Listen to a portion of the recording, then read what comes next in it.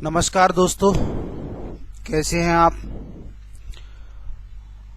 आज हम लोग साइंस की अगली क्लास पढ़ते हैं और पिछली क्लास में हम लोगों ने सर्कुलेटरी सिस्टम को कंप्लीट कर लिया था। तो जो स्टूडेंट आज हमसे जुड़ रहे हैं वो लोग इससे पहले की जो 3 वीडियो हमारी सर्कुलेटरी सिस्टम की थी उनको आप देख सकते हैं। और आज हम लोग एक नया सिस्टम शुरू करेंगे, नया तंत्र शुरू करेंगे, क्योंकि हम लोगों ने साइंस में बायोलॉजी स्टार्ट किया है और बायोलॉजी के अंतर्गत आप देखेंगे हमने बायोलॉजी के अंतर्गत मानव तंत्रों के बारे में अध्ययन करना शुरू किया है। मानव तंत्रों में हमें 8 तंत्रों के बारे में अध्ययन करना है। उसमें से हम एक तंत्र पढ़ चुके हैं जो है हमारा सर्कुलेटरी सिस्टम यानी परिसंचरण तंत्र। तो इस तंत्र की जो वीडियो है वो आपको VK Singh classes YouTube channel और वीके सिंह क्लासेस ऐप पर भी मिल जाएंगे। अब इसके आगे हमें आज अध्ययन करना है। आज हम दूसरा तंत्र शुरू कर रहे हैं, बिल्कुल फ्रेश, जो आज से जुड़े हो बिल्कुल समझ में आएगा। तो आज हमारा जो दूसरा तंत्र शुरू होगा वो भी काफी महत्वपूर्ण तंत्र है। तो उसके बारे में अगर हम बात करें तो अगला जो तंत्र हम लोग पढ़ रहे हैं वो है हमारा कंकाल तंत्र। कंकाल तंत्र यानी स्केलेटन सिस्टम। तो कंकाल तंत्र के बारे में हम लोग पढ़ते हैं सर। अब आपसे पूछा जाता है कि कंकाल तंत्र होता क्या है कंकाल तंत्र। तो आप बताएंगे कंकाल तंत्र का अर्थ होता है हमारे शरीर में पाई जाने वाली विभिन्न हड्डियां, जिन्हें हम अस्थि कहते हैं, बोन कहते हैं। तो हमारे शरीर में पाई जाने वाली विभिन्न अस्थियां और उपास्थियों का जो संयोग होता है, उसका जो समूह होता है, उसका जो ढांचा होता है, उसे हम कंकाल तंत्र कहते हैं। तो आपको समझना है कंकाल तंत्र स्केलेटन सिस्टम क्या है। स्केलेटन सिस्टम है हमारे शरीर में पाई जाने वाली अस्थि और उपास्थि। अस्थि यानी बोन और उपास्थि यानी कार्टिलेज। तो हमारी बॉडी में पाई जाने वाली अस्थि तथा उपास्थि के संयोग को, उस ढांचे को हम लोग क्या कहते हैं, कंकाल तंत्र कहते हैं। अब कंकाल तंत्र में हम लोगों को मुख्यतः 2 ही बातें पढ़ना है। एक तो हमें पढ़ना है अस्थि के बारे में यानी हड्डियों के बारे में, और दूसरा हमें इसमें पढ़ना है उपास्थि के बारे में यानी कार्टिलेज के बारे में। तो कंकाल तंत्र में आपको पहले इन 2 के बारे में डिटेल अध्ययन करना होगा कि अस्थि क्या होती है और उपास्थि क्या होती है, बोन क्या होता है और कार्टिलेज क्या होता है। तो एक एक करके हमें समझते चलना है। सबसे पहले हम हड्डियों की बात करेंगे, अस्थियों की बात करेंगे और मानव शरीर में पाई जाने वाली 206 हड्डियों के हम लोग नाम तक याद करेंगे, उनका क्या फंक्शन है, ये बातें हम बात करेंगे इसमें। साथ ही साथ में इन हड्डियों में जो जॉइंट हैं, कैसे हमारी हड्डियां हमारी बॉडी में जॉइंट हैं, उन जॉइंटों के बारे में हम बात करेंगे। और हड्डियों के बाद हम उपास्थि यानी कार्टिलेज पर बात करेंगे, ये कहाँ पाई जाती हैं और इनके क्या महत्व हैं। तो एक एक करके हमें चर्चा करना है। पहले हम अस्थि पर चर्चा करेंगे, फिर उपास्थि पर। तो देखिए आप, सबसे पहले हम बात करते हैं अस्थि के ऊपर। हड्डी क्या है, उसकी क्या संरचना है, संरचना पर बहुत सारे प्रश्न पूछे जाते हैं। तो देखिए सबसे पहली बात, हमारी बॉडी में जो अस्थि है, जो हड्डी है, वो क्या है। तो हम कहेंगे हमारी बॉडी में अस्थि जो है वो सहसंयोजी ऊतक। ये टॉपिक पढ़ना है हमें, ऊतक वाला, टिश्यू वाला। सहसंयोजी ऊतक, मनुष्य की जो हड्डी है वो सहसंयोजी, और कैसे सहसंयोजी, कठोर सहसंयोजी ऊतकों का एक समूह है। अब आप कहोगे ये ऊतक क्या है और क्या चीज है ये। तो ऊतक यानी टिश्यू। देखो हमारी बॉडी में अगर हम बेसिक बात करें तो बेसिक बात ये होती है कि मनुष्य के शरीर में सबसे पहले सेल बनती है, कोशिका कहते हैं जिसे। जब बहुत सारी कोशिकाएं आपस में मिलती हैं तो मिलने के बाद टिश्यू बनते हैं यानी ऊतक बनते हैं। और जब कई सारे ऊतक आपस में मिलते हैं तो ऊतकों के मिलने से ऑर्गन बनते हैं, अंग बनते हैं हमारे। जैसे हमारी बॉडी का कोई भी अंग हुआ, जैसे हमारा हृदय हुआ या हमारी हड्डियां हुई, कोई भी अंग है, वो अंग कैसे निर्मित होता है? पहले सेल बनती हैं, सेल के बाद टिश्यू बनते हैं, कई सेल आपस में मिलेंगे तो ऊतक बनेंगे, और ऊतक जब आपस में मिलेंगे तो ऑर्गन यानी कोई अंग बनता है। तो हम टिश्यू वाला टॉपिक पढ़ेंगे, सहसंयोजी का अर्थ क्या होता है, बहुत सारे अन्य टाइप के टिश्यू हम पढ़ेंगे। अभी आप इतना समझिए कि जो हमारी हड्डी में जो ऊतक होता है, क्योंकि हमारी हड्डी एक कठोर पदार्थ है, एक कठोर स्थिति वाली बात है, तो आप देखेंगे हमारी हड्डी का निर्माण सहसंयोजी मतलब ऐसे ही ऊतक से इसका निर्माण होता है जो काफी स्ट्रांगली आपस में कनेक्ट होते हैं, और इसके कारण हमारी हड्डी का स्वरूप कैसा हो जाता है? कठोर हो जाता है। तो हम कहेंगे हमारी हड्डी का निर्माण सहसंयोजी ऊतकों से होता है। तो एक बात आपको याद कर ली कि हमारी हड्डी किससे बनी हुई है? सहसंयोजी ऊतकों से। अगली बात करते हैं हम बात। अब हम अगर बात करें हड्डी में क्या क्या होता है और कैसे ये बनती है, तो हम कहेंगे देखो किसी भी चीज का निर्माण होगा हमारी बॉडी में तो उसमें प्रोटीन आवश्यक होता है, प्रोटीन के माध्यम से ही निर्माण होता है। तो आप देखेंगे हमारी हड्डी, हमारे शरीर में जो हड्डियां हैं और हड्डी किस प्रोटीन से बनती है, तो हम कहेंगे ओशीन प्रोटीन। हड्डी का निर्माण ओशीन प्रोटीन से होता है। एक प्रश्न आता है कि हमारी हड्डी में कौन सी प्रोटीन पाई जाती है मुख्यतः, तो आप कहोगे हमारी हड्डी, क्योंकि हम प्रोटीन के बारे में जानते हैं। प्रोटीन का क्या कार्य होता है? हमारे शरीर के अंगों का निर्माण करना और हमारे शरीर में होने वाली टूट फूट की मरम्मत करने का काम होता है प्रोटीन का। तो आपसे पूछा जाएगा कि हमारी हड्डी किस प्रोटीन से मिलकर बनी होती है, तो आप टिक लगाना ओशीन प्रोटीन। और ओशीन प्रोटीन का हमारी हड्डी में लगभग कितना परसेंट होता है? 38%, 38% के करीब ओशीन प्रोटीन हमारी हड्डी में पाई जाती है। अब 38% ओशीन प्रोटीन हो गया, तो इसके अलावा क्या होगा? तो इसके अलावा हमारी हड्डी का निर्माण अकार्बनिक पदार्थों से होता है। अकार्बनिक पदार्थ, ऐसे पदार्थ जिनमें कार्बन नहीं पाया जाता, इन्हें हम अकार्बनिक कह सकते हैं।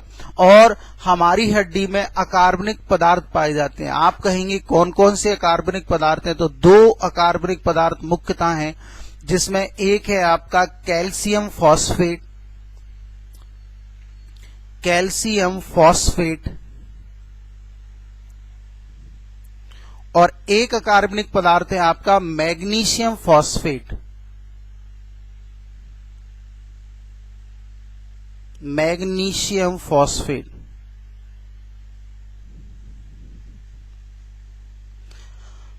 अब आप देखिए ये 2 अकार्बनिक पदार्थ भी हमारी हड्डी में पाए जाते हैं। कैल्शियम फॉस्फेट भी हमारी हड्डी में आपको मिलेगा और मैग्नीशियम फॉस्फेट भी आपको हमारी हड्डी में मिलेगा। इन दोनों का परसेंट हमारी हड्डी में लगभग कितना होता है? 62%, यानी 62% के करीब आपको हमारी हड्डी में क्या मिल जाएंगे? आपको हमारी हड्डी में अकार्बनिक पदार्थ मिलेंगे। तो ध्यान से समझिए, हमारी हड्डी में मुख्यतः जो 100% उसकी जो संरचना है उसमें 38% के करीब ओशीन प्रोटीन होगा और 62% के करीब अकार्बनिक पदार्थ होंगे। ये कैल्शियम फॉस्फेट और मैग्नीशियम फॉस्फेट के रूप में पाए जाएंगे। अब आप देखिए, आपसे पूछा जाएगा ओशीन प्रोटीन क्या करता है हमारी बॉडी में, तो ओशीन प्रोटीन हड्डियों के निर्माण में आवश्यक होता है। ये हड्डी का निर्माण करता है, ये अस्थि का निर्माण करता है, क्योंकि प्रोटीन का कार्य क्या होता है? निर्माण करना।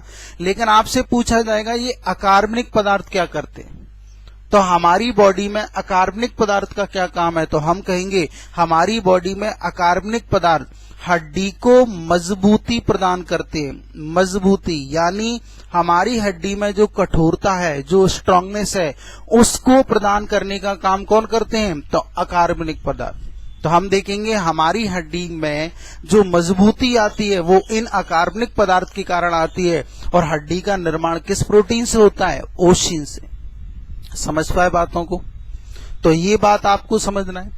अब एक बात और समझिए यहाँ, ये बात क्या है, हमारी बॉडी में हर एक जो ऑर्गन बना हुआ है, हर एक जो बात बनी हुई है वो किससे बनी हुई है? कोशिकाओं से, सेल से। सेल के बिना हमारी बॉडी का कोई भी हिस्सा नहीं बना हुआ है। तो आपसे पूछा जाएगा कि हड्डी का भी निर्माण कहीं ना कहीं सेल से हुआ होगा, तो कौन सी सेल हैं, उन सेल का नाम बताइए, उन कोशिकाओं का नाम बताइए जिनके माध्यम से हमारी हड्डी का क्या होता है, निर्माण होता है। तो आपसे सेल के बारे में पूछा जाएगा तो आप बताएंगे हमारी हड्डी में 2 प्रकार की सेल पाई जाती हैं। एक सेल होती है ऑस्टियोब्लास्ट, ऑस्टियोब्लास्ट कोशिका, और एक सेल होती है ऑस्टियोक्लास्ट कोशिका।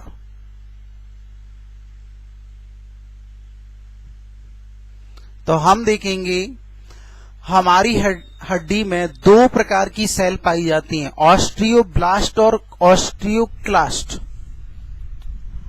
अब आप पूछेंगे इन 2 टाइप की सेल का कुछ स्पेशल कार्य होगा, तो बिल्कुल इन दोनों सेलों का कुछ स्पेशल कार्य होता है। ऑस्टियोब्लास्ट जो सेल है इसके माध्यम से हड्डी का निर्माण होता है। ये सेल हड्डी के निर्माण में, ये सेल के, ये प्रोटीन इनकी बात नहीं हो रही, यहाँ केवल सेल पर बात हो रही है, कोशिका पर बात हो रही है। तो आप देखेंगे आपसे पूछा जाएगा उस सेल का नाम बताइए जो हड्डी का निर्माण करती है, तो हम कहेंगे ऑस्टियोब्लास्ट। और ऑस्टियोब्लास्ट क्या करती है, हड्डी का निर्माण। और ऑस्टियोक्लास्ट सेल का क्या काम होता है, तो हम कहेंगे ऑस्टियोक्लास्ट जो सेल होती है उसका काम होता है हड्डी का विनाश करना। अब आप कहोगे सेल विनाश भी कर रही है, तो ये महत्वपूर्ण बात है कि 2 प्रकार की सेल है हमारी बॉडी में, हमारी हड्डियों के निर्माण में। एक तो हड्डी का निर्माण करेगी और एक हड्डी का विनाश करेगी। अब आप कहेंगे यहाँ विनाश की बात क्यों पढ़ाई जा रही है हड्डी के निर्माण संबंधी में, तो उसका कारण है सर, देखिए हमारी हड्डी का जो बेसिक स्ट्रक्चर होता है, अभी वैसी ही बात कर ले हम, तो हमारी हड्डी का जो बेसिक स्ट्रक्चर होता है वो कुछ इस तरीके का होता है। देखो हड्डी का जो निर्माण होता है वो तो आपका ऑस्टियोब्लास्ट से हो गया, लेकिन अगर आप देखें हड्डी के निर्माण तो ऑस्टियोब्लास्ट से हो गया, लेकिन हमारी हड्डी का जो प्रॉपर स्ट्रक्चर होता है उसमें छोटे छोटे छिद्र पाए जाते हैं, बिल्कुल छोटे छोटे छिद्र, और इन छिद्रों में चिपचिपा एक लचीला पदार्थ भरा होता है जो हड्डी को कैसा बनाता है, हड्डी को लचीला बनाता है। अब हमारी हड्डी का निर्माण तो ऑस्टियोब्लास्ट ने कर दिया, लेकिन हमारी हड्डी में जो छोटे छोटे जो छिद्र हैं, छिद्र किसके कारण बने होंगे, जब इसका थोड़ा सा विनाश हुआ होगा। तो हमारी हड्डी में विनाश यानी छोटे छोटे छिद्रों का निर्माण कौन करता है, तो हम कहेंगे ऑस्टियोक्लास्ट। और ऑस्टियोक्लास्ट से हड्डी के छोटे छोटे छिद्र बनते हैं और इन छिद्रों में एक लचीला पदार्थ भरा होता है जिसके कारण हमारी हड्डी में लचीलापन आता है। अगर ये छिद्र नहीं होते और इनमें वो लचीला पदार्थ नहीं भरा होता तो क्या होता, हमारी हड्डी चीनी मिट्टी के बर्तन के समान हो जाती। जैसे आप देखते हैं चीनी मिट्टी के बर्तन थोड़े से टकरा जाए कहीं भी तो उनमें क्रैक पड़ जाता है, तो हमारी हड्डी भी चीनी मिट्टी के बर्तन जैसी हो जाती और हमारी हड्डी कहीं भी टकराते हम तो वहां हमारी हड्डी क्रैक हो जाती। तो हमारी हड्डी को क्रैक से बचाने के लिए कौन पाए जाते हैं, ये छोटे छोटे छिद्र पाए जाते हैं, इनमें एक लचीला पदार्थ भरा होता है जिसके कारण आप देखेंगे हमारी हड्डी की सुरक्षा होती है, उसमें लचीलापन आता है। तो ये दोनों ही सेल काफी महत्वपूर्ण है। अब एक बार एग्जाम ने ये किया कि ये बताओ हमारी हड्डी का निर्माण किन सेल से होता है या हमारी हड्डी में कौन सी सेल पाई जाती है, तो उसने टाइप नहीं लिखा, उसने ऑस्टियोब्लास्ट क्लास्ट नहीं लिखा, उसने कहा कि हमारी हड्डी में कौन सी सेल पाई जाती है। तो इन दोनों को मिलाकर हम कौन सा शब्द प्रयोग करते हैं, ऑस्ट्रियोसाइट। ऑस्ट्रियोसाइट शब्द प्रयोग होता है। तो हमारी हड्डी में जो सेल पाई जाती हैं उन्हें ऑस्ट्रियोसाइट कहा जाता है, और ऑस्ट्रियोसाइट के अंतर्गत ये 2 चीजें आती हैं, ऑस्टियोब्लास्ट और ऑस्टियोक्लास्ट।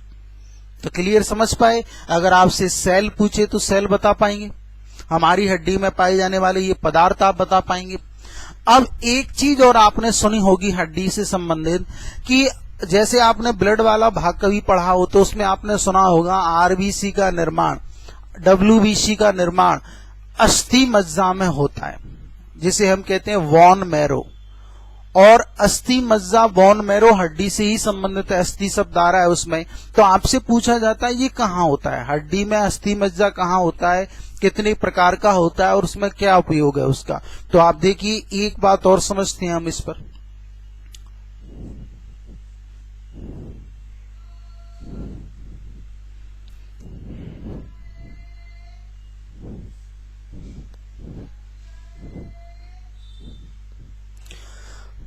अब आप अगर देखेंगे तो हमारी जो हड्डी होती है उसमें होता क्या है,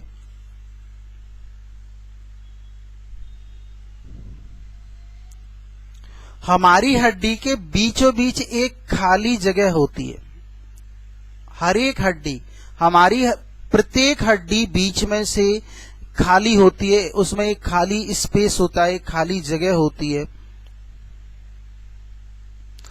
अब आपसे पूछा जाता है कि ये बताओ हमारी प्रत्येक हड्डी भी अंदर से बिल्कुल खोखली होती है, उनमें एक खाली स्थान होता है। तो आपसे पूछा जाएगा हड्डी के बीचों बीच जो खाली जगह होती है उसको क्या कहते हैं, तो उसको कहा जाता है हम मज्जा गुहा, उसे मज्जा गुहा कहते हैं। आप कहोगे इंग्लिश में इसके लिए शब्द क्या है, तो मैरो कैविटी।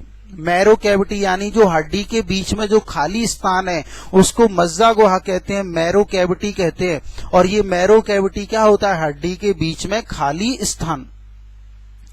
अब इस मज्जा गुहा के अंदर सर एक लिक्विड भरा होता है, मज्जा गुहा के अंदर एक लचीला पदार्थ भरा होता है, और उस लचीले पदार्थ को हम लोग क्या कहते हैं, क्या कहते हैं, जिसको हमने पढ़ा था बहुत पहले, कई बार सुना होगा, अस्थि मज्जा।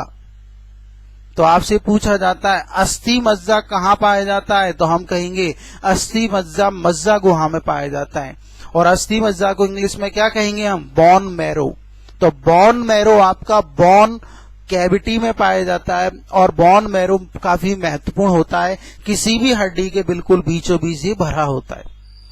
अब बोन मैरो आप देखेंगे ये दो टाइप का आपको मिलेगा, और कोई भी हड्डी हम उठा के देख लें, जैसे ये हमने हड्डी ली, तो इस हड्डी के किनारों पर, इस हड्डी के जो किनारे हैं, किनारे पर रेड बोन मैरो आपको मिलेगा। कैसा, लाल रंग का बोन मैरो किनारे पर पाया जाता है।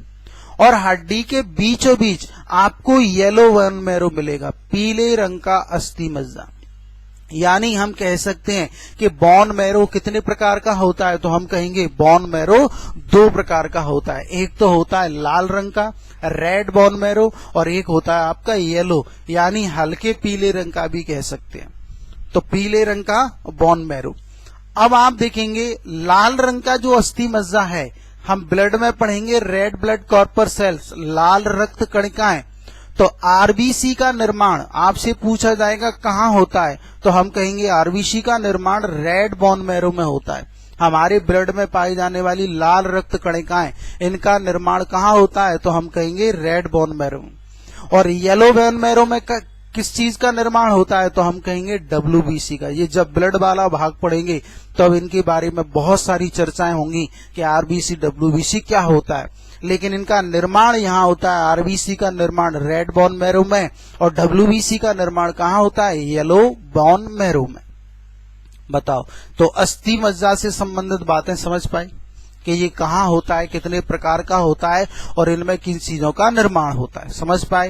तो हड्डी का जो बेसिक संरचना है उस पर हमने चर्चा की, किस चीज से ये बनी है, उसमें कौन सी सेल पाई जाती है, और उसमें जो पदार्थ भरे हुए हैं उस पर हमारी चर्चा हुई। अब हमें हड्डियों पर ही चर्चा करना है, अस्थियों पर ही चर्चा करना है। अब हमारी बॉडी में कितनी अस्थियां होती है, और हमारी बॉडी में जो अस्थियां हैं उसको कितने टाइप में बांटा गया है। 206 हड्डियों के नाम मैं आपको याद कराऊंगा, तो हर एक हड्डी के नाम हम याद करेंगे। तो देखिए,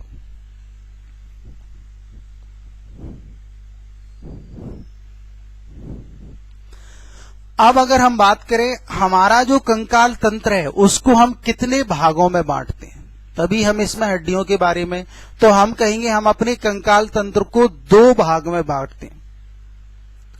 एक भाग होता है आपका उपांग कंकाल, और दूसरा भाग होता है अक्षीय कंकाल। दो भागों में हमने अपनी कंकाल तंत्र को बांटा है, उपांग और अक्षीय, ऐसे लिख लेते हैं। उपांग कंकाल और दूसरा होगा आपका अक्षीय कंकाल। उपांग को हम इंग्लिश में क्या कहते हैं? एपेंडिकुलर स्केलेटन सिस्टम या स्केलेटन सिस्टम। और अक्षीय कंकाल को क्या कहते हैं? Axial skeleton system. तो हमने अपने कंकाल को दो भागों में बांट लिया, और अब आगे इसके बाद जो हड्डियां आपको याद करना है वो इन्हीं तरीकों से याद करना है। देखिए, अब सबसे पहली बात आती है कि उपांग कंकाल, जैसे हमारा हड्डियों का जो ढांचा है, उपांग कंकाल में हमें कौन कौन से अंग पढ़ना है और अक्षीय कंकाल में कौन कौन से अंगों के बारे में पढ़ना है। तो देखिए, उपांग कंकाल में हमें कुछ अंगों के बारे में पढ़ना है। तो वो अंग कौन कौन से हैं? हमें सबसे पहले अपने दोनों हाथ, हमारे हाथ किस में आएंगे? उपांग कंकाल में। हमारे दोनों पैर, पैर किस में आएंगे? उपांग कंकाल में। और आपको पढ़ाऊंगा ग्रिडल्स, मेखलाएं। मेखलाएं भी आपकी कहाँ आएंगी? उपांग कंकाल में। हाथ, पैर और मेखलाएं। अब पहले बिल्कुल बेसिक संरचना की बात कर रहे हैं हम, पहले केवल काउंटिंग कर रहे हैं हम कितनी हड्डियां हैं और क्या है। अब अगर हम बात करें हाथ, पैर, और क्योंकि हमसे एक प्रश्न पूछता है कि उपांग कंकाल में कुल कितनी हड्डियां होती हैं, तो हम जानते हैं मनुष्य के शरीर में 206 हड्डियां होती हैं, लेकिन 206 में से उपांग में कितनी आती, ये पूछा जाता है। तो आप देखिए, उपांग कंकाल में कितनी हड्डियां होती हैं? केवल ये 3 अंग आएंगे उपांग कंकाल में। हाथ के बारे में समझते हैं। एक हाथ में 30 हड्डी होती है। 30 की 30 हड्डी मैं आपको बताऊंगा, चित्र के माध्यम से बताऊंगा, डायग्राम से समझाऊंगा और नाम भी याद कराऊंगा। एक हाथ में 30 हड्डी होती है। हाथ कितने हमारे पास? 2। तो टोटल कितनी हो गई? 60 हड्डियां हाथ में। इसके बाद आप देखिए, एक पैर, एक पैर में 30 हड्डियां होती हैं, तो दोनों पैरों में कितनी होंगी? यहां भी 60 हड्डियां होंगी। तो एक पैर में 30, तो 2 में कितनी होंगी? 60 हड्डियां होगी हमारी।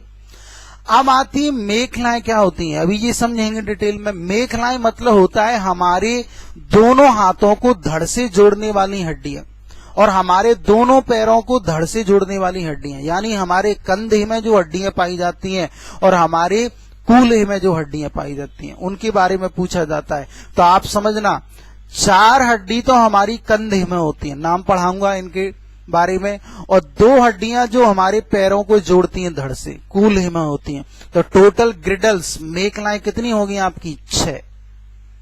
तो आपको उपांग कंकाल में केवल इन 3 अंगों के बारे में अध्ययन करना है, और ये 3 अंग आपके हो गए हाथ, पैर और मेखलाएं। अब आपसे अगर पूछा जाता है कि ये बताओ उपांग कंकाल में टोटल कितनी हड्डियां होती हैं, तो आप नहीं बता पाएंगे। 60, 120 और 6 कितनी होगी टोटल? 126, यानी 106 हड्डियां हमारी उपांग कंकाल में पाई जाती हैं। याद करना है हमें ये चीज, और इनके बारे में हमें नंबर सहित और इनके नाम सहित याद करना है। इसके बाद आ जाओ अक्षीय कंकाल। आपसे पूछा जाएगा अक्षीय कंकाल में क्या क्या है, तो इसमें भी कुछ अंग पाए जाते हैं। सबसे पहले अंग पाया जाता है हमारी खोपड़ी। खोपड़ी हमारी किस कंकाल के अंतर्गत आएगी? अक्ष वाले भाग में। हाथ पैर को हटा दो, बीच में जो सब बचा हुआ है वो सब अक्ष कंकाल में आएगा। तो आप देखिए, खोपड़ी इसके अंतर्गत आएगी। दूसरी चीज, इसमें आएंगी पसलियां, और पसलियां शब्द प्रयोग ना करके हम कहेंगे इनको कशेरुक दंड, वर्टिब्रल कॉलम। पसलियां,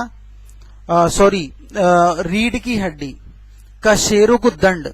तो रीढ़ की हड्डी पे बात करेंगे तो उन्हें वर्टिब्रल कॉलम कहते हैं, क्योंकि रीढ़ की हड्डी भी आपकी अक्ष कंकाल में आती है। तीसरा जो है हमारा, जो इसके अंतर्गत आएगा, वो आएंगी पसलियां। तो पसलियां हमारी इसमें आएंगी, रिब्स। और तो ये 3 प्रमुख चीजें हो गई आपकी, जो आपकी इस भाग में आएंगी, क्योंकि इनके अलावा हड्डी आप बताओ कहाँ होंगी? एक तो खोपड़ी में होंगी हमारी, एक हमारी रीढ़ की हड्डी जिसे वर्टिब्रल कॉलम कहते हैं, और एक होंगी हमारी पसलियां। तो पसलियां यानी रिब्स में होंगी।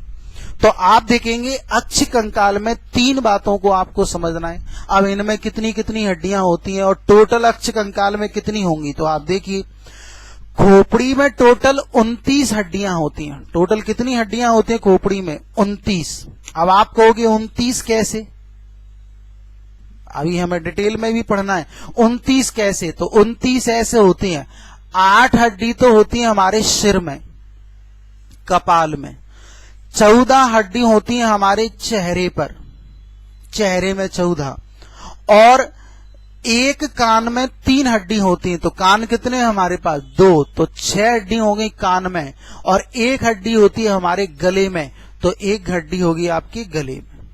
खोपड़ी में ये हड्डियां होती हैं। 8 हड्डी हमारे सिर में, 14 हड्डी हमारे चेहरे में, 6 हड्डी हमारे कान में, और 1 हड्डी होती है हमारे गले में। तो आप ऐड करेंगे तो देखेंगे 14 और 6 20 और 8 28 और 1 29, टोटल 29 हड्डियां हो गई हमारी। तो 29 हड्डी खोपड़ी में होंगी। अब आ जाओ कशेरुकदंड।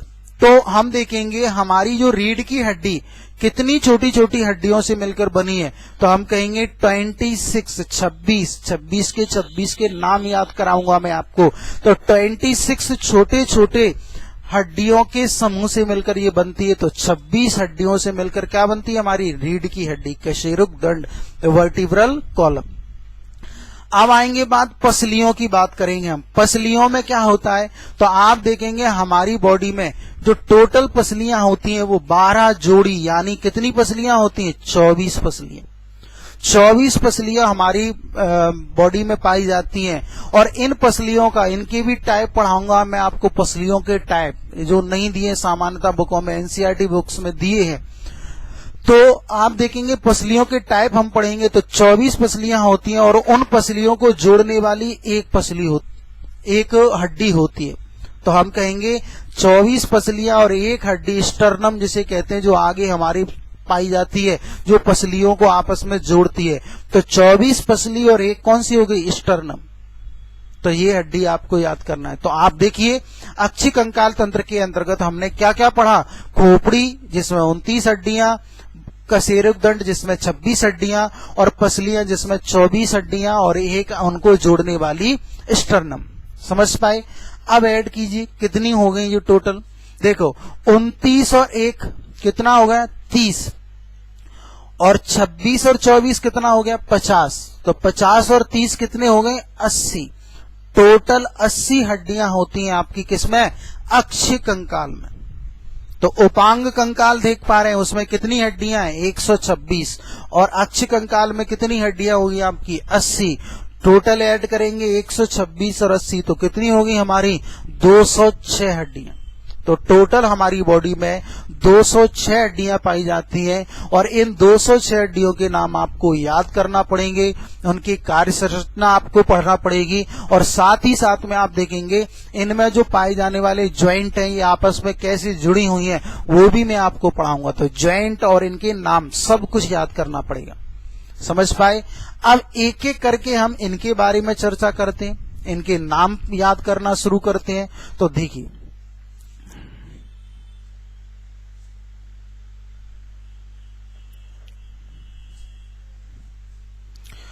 समझ पा रहे हैं? देखो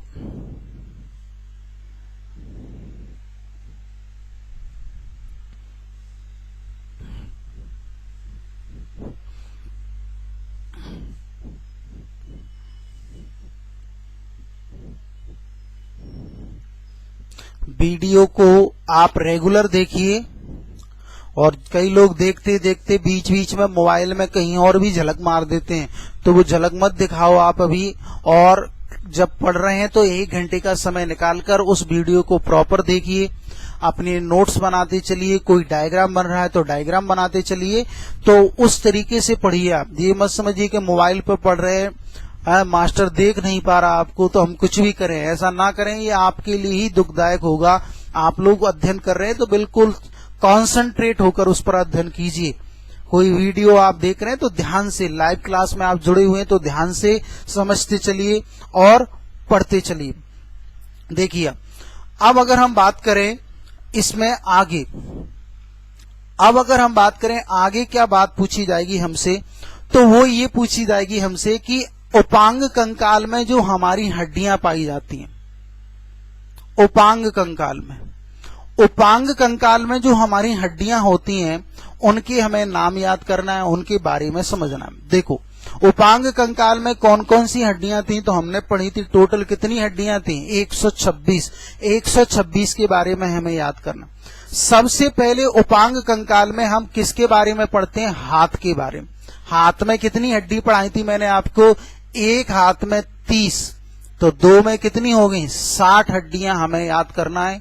60 हड्डियों के नाम हमें याद करना है। तो उपांग कंकाल में आप देखेंगे हड्डियां हाथ में टोटल 60 हड्डियां होती हैं और इनके बारे में हम लोग चर्चा करते हैं। तो देखिए एक बेसिक डायग्राम बनाइए, बिल्कुल रफ डायग्राम।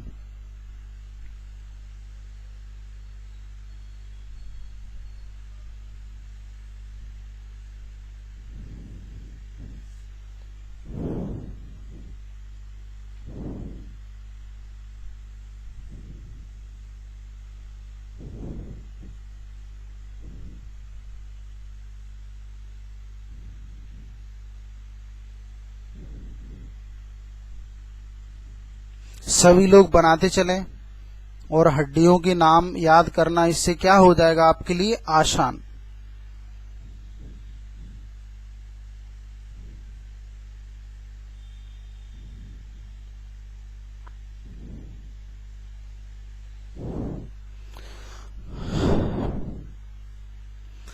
अब आप देखिए जो हमारा हाथ वाला भाग है ये काफी बेसिक डायग्राम से, हड्डी वाला भाग है, अजीब दिख रहा होगा डायग्राम क्योंकि कंकाल तंत्र है। कंकाल तंत्र अच्छा कहां दिखता है। तो अब अगर हम अपने हाथ की बात करें तो सबसे पहले तो हड्डी वगैरह तो बात की बात है, पहले तो हम ये देखते हैं कि हम अपने हाथ को कितने भागों में बांटते हैं। तो इसके भाग समझिए।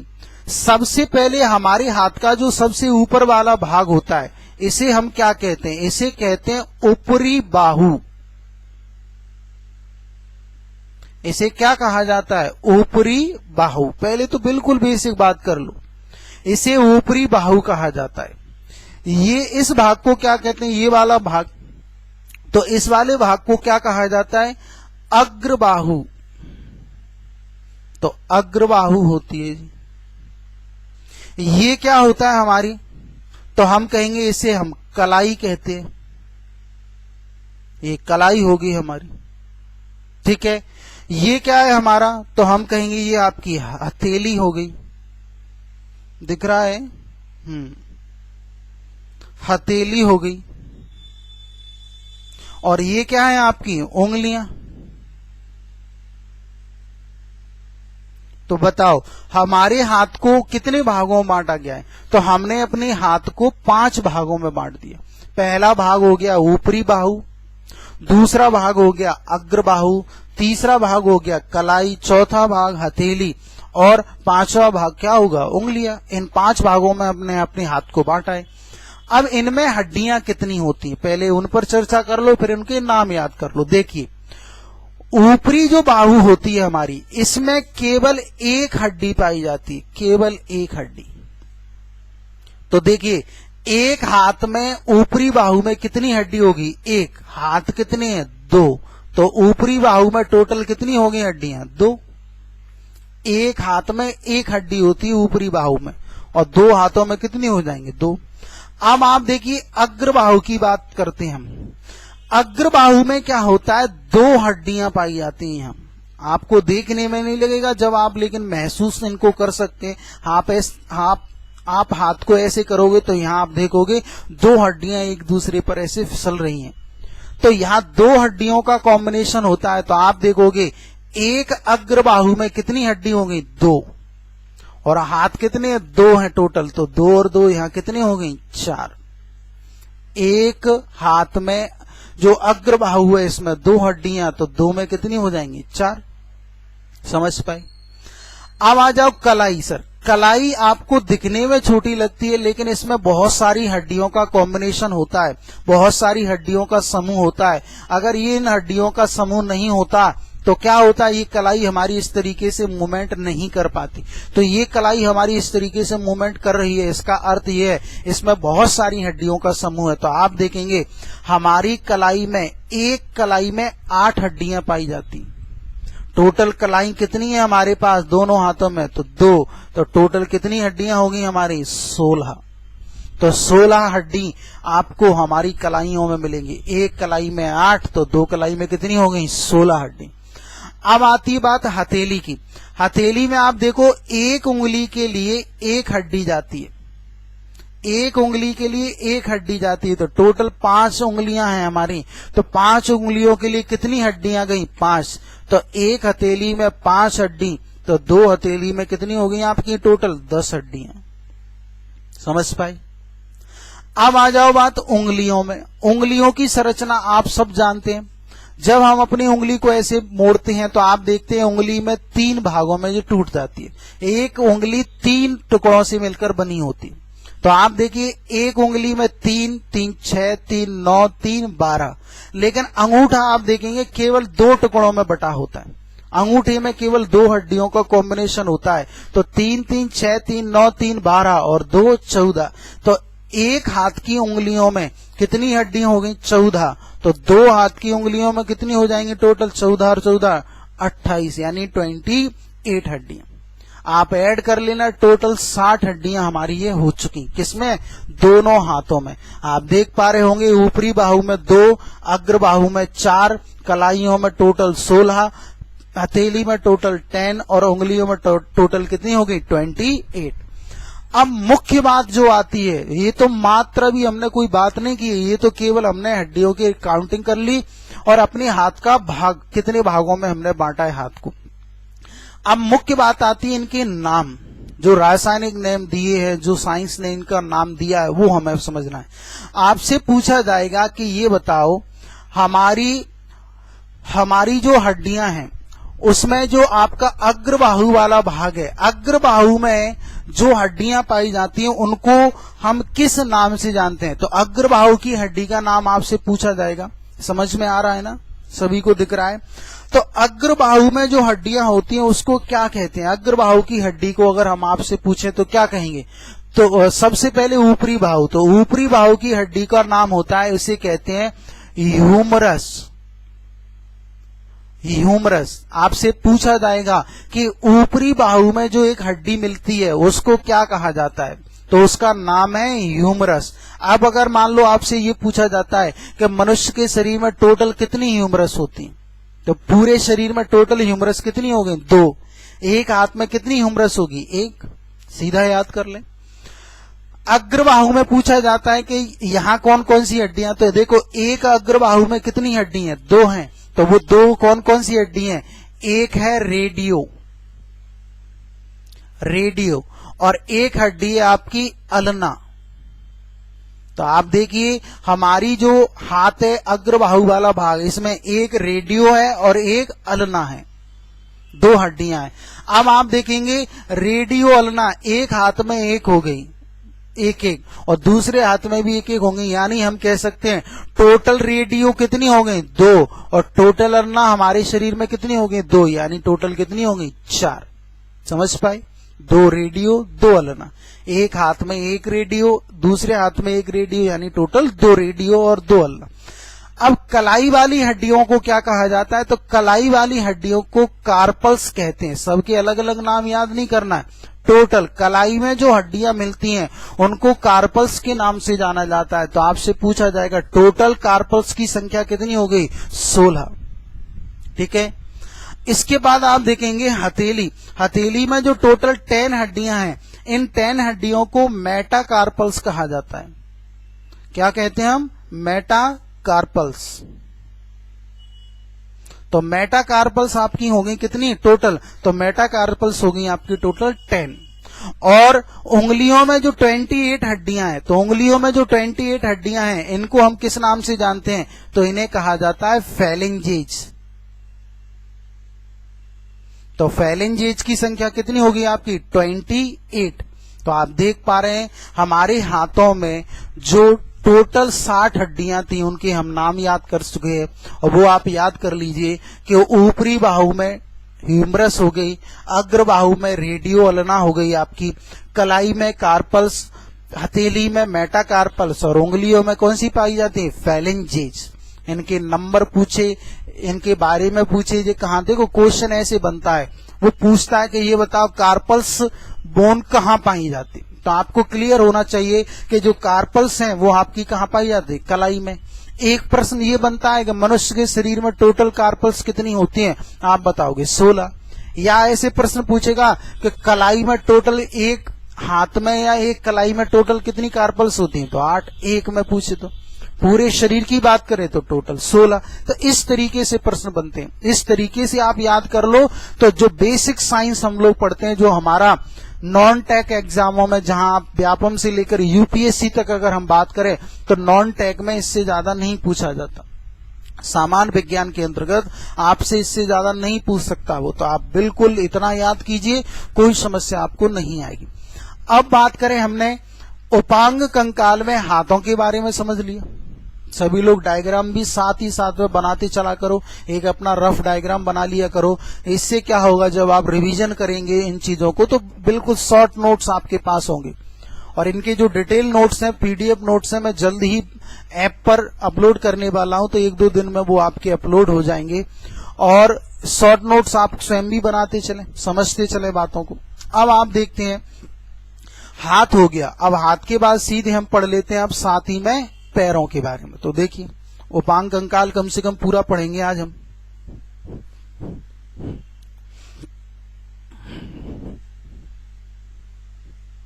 और ये वीडियो अगर अच्छी लग रही है आपको तो इनको अधिक से अधिक आप शेयर करें, अधिक से अधिक अपने मित्रों तक इनको पहुंचाएं इस वीडियो को, जिससे अधिक से अधिक लोग पढ़ पाएं। क्योंकि अभी बहुत सारा स्टूडेंट ग्वालियर का गांव में पहुंच गया है, वो शहर में नहीं है। तो ऐसे स्टूडेंट जो गांव में हैं उनकी पढ़ाई लिखाई में व्यवधान आ रहा है। तो इसके लिए आजकल के समय आप देख रहे हो कि मोबाइल हर एक व्यक्ति के पास है, गरीब हो चाहे अमीर हो, हर एक व्यक्ति के पास मोबाइल है। तो मोबाइल के माध्यम से आप पढ़ो। माना मोबाइल डिस्टर्ब ज्यादा करता है हमें अपने जीवन में, लेकिन बहुत सारी चीजों को आप अपने जीवन में कंस्ट्रक्टिव वे में भी यूज कर सकते हो। इनका प्रयोग आप अपने जीवन को सुधारने में भी कर सकते हो। बिगाड़ने की तो बहुत सारी चीजें, हर एक वस्तु उपलब्ध है। तो मोबाइल है, उसका आप सदुपयोग कर सकते हो। आप गांव में दूर दराज बैठे हैं, शहर अभी आ नहीं पा रहे क्योंकि संस्थान खुलने के लिए अभी हाल फिलहाल कोई अधिसूचना नहीं है। और संभवतः ये बताया जा रहा है 15 अगस्त के बाद कोई निर्णय लिया जाएगा। और अगर कोरोना के केस बढ़े तो आप जानते हैं फिर 15 अगस्त के बाद भी बात चलेगी। यानी आप अब इंतजार कहां तक करोगे? आप ऐसा तो है नहीं कि 6-6 महीने आप आराम से घर पे बैठे रहोगे और बोलोगे अभी कोचिंग नहीं खुली, हम पढ़ेंगे नहीं। तो इससे बढ़िया है आप गांव में रह रहे हैं, इतनी सबके पास उपलब्धता है, एक छोटा सा मोबाइल होना चाहिए आपके पास। और इसमें आप डेटा पैक वैसे ही करवाते हो, तो डेटा पैक आप करवाते हो तो एक क्लास आप दिन में अगर एक क्लास देख लेते तो कोई समस्या नहीं आएगी आपको। तो घर बैठे आप अपनी इस पढ़ाई को सुचारू रखें, क्योंकि आप भी जानते हो और मैं भी जानता हूं कि संस्थान से जुड़े रहते हैं तब तक तो पढ़ाई रेगुलर होती है, और जैसे ही संस्थान से अलग होते हैं तो फिर पढ़ाई रेगुलर करना असंभव हो जाता है। तो संस्थान से नहीं जुड़ पा रहे तो कम से कम हम टेक्नोलॉजी के माध्यम से, आज कम से कम ये तो समय है कि टेक्नोलॉजी से मैं आपके गांव तक पहुंच रहा हूं। आप मान लो ये टेक्नोलॉजी नहीं होती तो क्या होता, 6 महीने तक आराम ही करना होता, हमें बिल्कुल नहीं। तो टेक्नोलॉजी के माध्यम से आप पढ़ें, इसका सदुपयोग करें। तो इस वीडियो को अधिक से अधिक अपने गांव दूर दराज के छात्रों के पास इसको पहुंचाएं, जिससे अधिक से अधिक लोग इसका लाभ ले पाएं। और आप जो लोग मध्य प्रदेश से संबंधित एग्जामों की तैयारी कर रहे हैं, जो पढ़ाया जाएगा मेरे माध्यम से, कोई एग्जाम इसके बाहर नहीं होगा। आप पीएससी प्री, पीएससी मेंस तक पहुंच जाइए। मेंस की भी साइंस आप आराम से बना के आओगे, जीएस आप बना के आओगे, तो कोई समस्या आपको नहीं आएगी। तो बस आप धैर्य बनाकर पढ़ते चलिए, समझते चलिए बातों को। अब देखिए उपांग कंकाल में अब अगला जो अंग हमें पढ़ना है वो है हमारे पैर। हाथ पढ़ लिया हमने, अब पढ़ना है पैर। एक पैर में 30 हड्डी होती हैं, टोटल 2 पैर में कितनी होगी आपकी? 60 हड्डियां। समझ पाए? तो एक पैर में 30 और दो पैर में कितनी हो जाएंगी आपकी 60 हड्डियां। तो आप देखिए टोटल हमारी 60 हड्डियां हो जाएंगी दोनों पैरों में। अब पैर की हड्डियों के नाम याद करना है तो पहले पैर का बेसिक संरचना आपको बनाना पड़ेगी। तो पैर की पहले हम बेसिक संरचना बनाते हैं और फिर उसको समझते हैं। उसकी हड्डियों के नाम याद करते हैं। बिल्कुल सिंपल डायग्राम बनाना है जिससे आप समझ पाएं।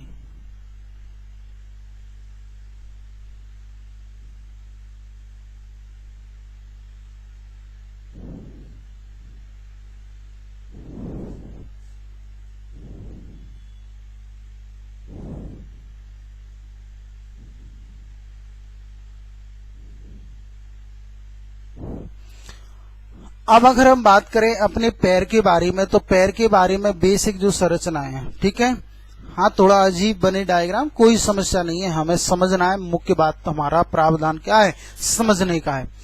तो अब आप देखिए सबसे पहले तो हम बात करें अपने पैर को कितने भागों में बांटा। जैसे अभी पढ़ा हमने हाथ को पहले कितने भागों में बांटा, फिर उसमें हड्डी टोटल कितनी होती है, फिर उनके नाम। तो देखिए आप पैर का जो सबसे ऊपरी भाग होता है इसको क्या कहते हैं हम अपनी भाषा में, जांग कहते हैं। तो जांग हो गई हमारी। ये क्या होता है अपने पैर में, घुटना। ये तो नहीं समझाना पड़ेंगे, ये तो आप सब जानते हैं। ये क्या हो गया हमारी हड्डी पैर में, पिंडली। तो इसे पिंडली कहते हैं। ये क्या हो गया हमारा, टखना। इसे टखना। देखो हाथ में कलाई होती है और यहां क्या होता है, वो टखना। ये क्या होगा हमारा, पंजा, पैर का पंजा।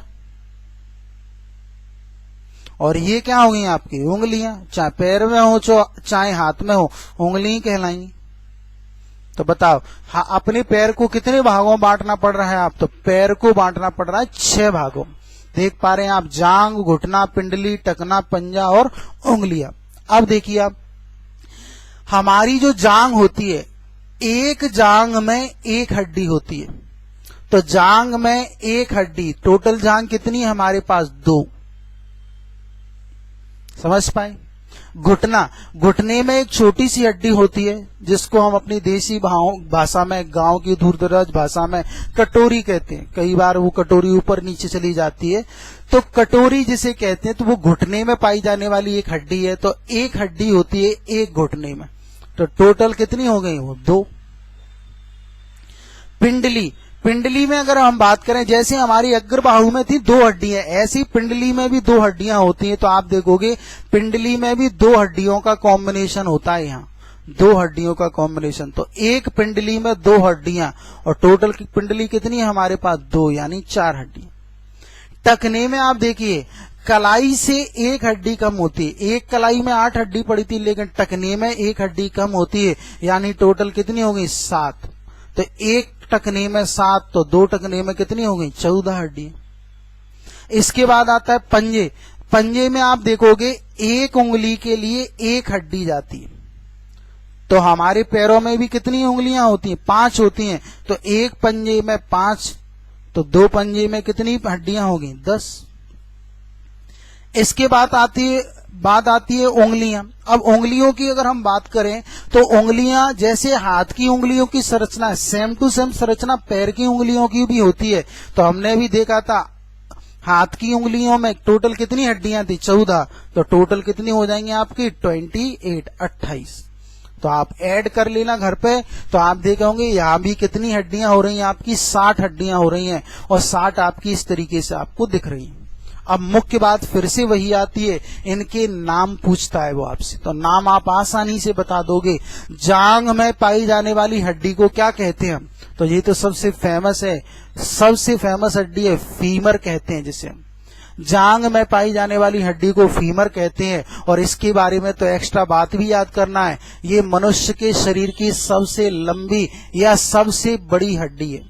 इससे बड़ी हड्डी हमारे शरीर में कोई भी नहीं है, तो आप देखेंगे फीमर मनुष्य के शरीर में पाई जाने वाली सबसे बड़ी हड्डी है, और ये कहाँ पाई जाती है? जांग में। एक जांग में एक होती है, तो दो में कितनी हो गई टोटल? दो। घुटने में जो कटोरी जिसे हम कहते हैं, घुटने में जो हड्डी पाई जाती है उसको पटेला कहा जाता है, पटेला। तो टोटल पटेला की संख्या कितनी हो जाएगी आपकी? दो। एक घुटने में एक पटेला, तो दो में कितनी होगी? दो। इसके बाद आ जाओ पिंडली। पिंडली में देख पा रहे हो आप कितनी है? दो हड्डियां हैं। तो पिंडली में दो हड्डियां, जैसे हमने हाथ में पढ़ी थी रेडियो अल्ला, यहां है टीबियो और फेबुला। दो हड्डियां हैं, टीबियो एक है और एक है फेबुला। तो टीबियो और फेबुला दो प्रकार की हड्डियां हैं यहां पर। तो आप देखेंगे एक पिंडली में दो हैं, तो एक तो होगी टीबियो और एक फेबुला, दूसरी में भी टीबियो फेबुला, यानी हम कह सकते हैं पूरे शरीर में दो टीबियो हो गई और दो क्या हो गई? फेबुला। समझ पाए? टखने की हड्डियों को क्या कहते हैं? तो टखने की हड्डियों को टार्सल्स कहा जाता है। वहां कार्पल्स था, ध्यान रखना, कई बार गड़बड़ हो जाता है। कार्पल्स टार्सल्स हम एक दूसरे में चेंज कर लेते हैं, तो चेंज में ही अर्थ का अनर्थ हो जाएगा। टखने में जो हड्डियां होती हैं उनको टार्सल्स कहते हैं। टोटल एक पैर में 7 टार्सल्स होती हैं और दोनों में कितनी हो गई? 14। इसके बाद पंजे में जो हड्डियां होती हैं इनको मेटाटार्सल्स कहा जाता है। क्या कहते हैं? मेटाटार्सल्स। और मेटाटार्सल्स की संख्या कितनी होगी? टोटल 10। एक पैर में 5 और दो में कितनी होगी? 10। और उंगलियों को वहां भी जो नाम दिया था हाथ में, वही पैर में भी नाम देंगे। तो उंगलियां को यहां भी हम फैलेंजेस कहेंगे। समझ पाए? तो फैलेंजेस भी यहां कितनी हो गई? पैर वाली फैलेंजेस टोटल 28। वो कौन सी थी? हाथ वाली, हैंड फैलेंजेस, और ये आपकी लेग फैलेंजेस। क्लियर समझ पाए बात को? कोई समस्या इसमें? तो आप भी देख लीजिए, टोटल हमारे पैर के संदर्भ में जो प्रश्न आ सकता है, इससे बाहर हड्डियां नहीं पूछेगा। कौन सी कहां पाई जाती है, टोटल टाइप इनके, और इनके नाम याद करना। तो उपांग कंकाल में देखो क्या पढ़ लिया हमने? हाथ और पैर। एक चीज और रह गई 1 मिनट की उपांग कंकाल में, वो है आपकी ग्रिडल्स। मेखलाएं क्या होती हैं? तो मेखलाओं पर एक चर्चा और मार लेते हैं हम। देखिए,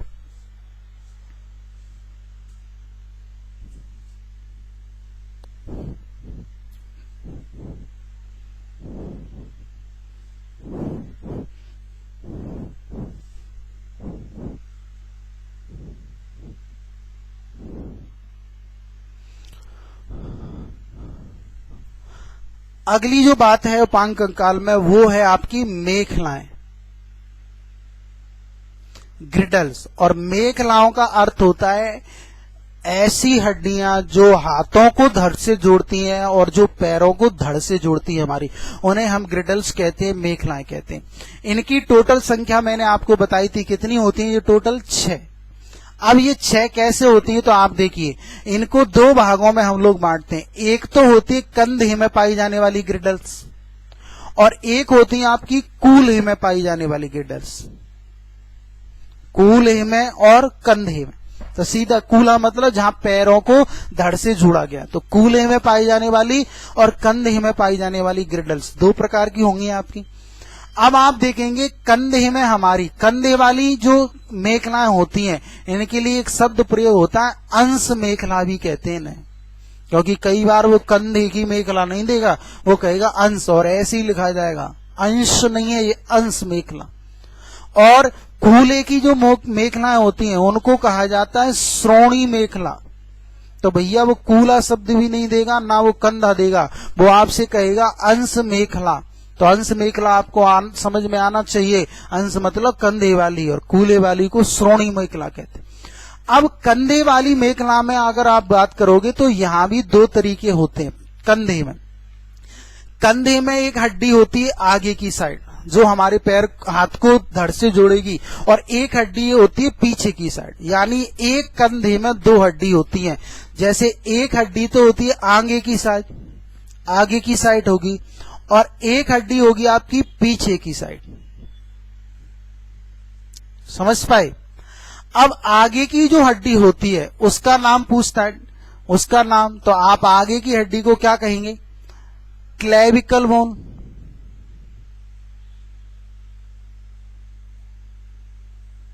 समझ पा रहे हैं ना। आगे जो हड्डी होगी हमारी उसको हम लोग क्या कहेंगे, क्लेविकल बोन। समझ पाए, क्योंकि आप देखेंगे जो कंधे में टोटल हैं हमारी, तो एक कंधे में दो, तो दो कंधे में कितनी हो जाएंगी आपकी, 4। और आगे जो है उसको क्लेविकल कहा, और पीछे जो कंधे में होती है उसका नाम होता है स्कैपुला। तो स्कैपुला कहां पाई जाएगी आपकी, पीछे की साइड।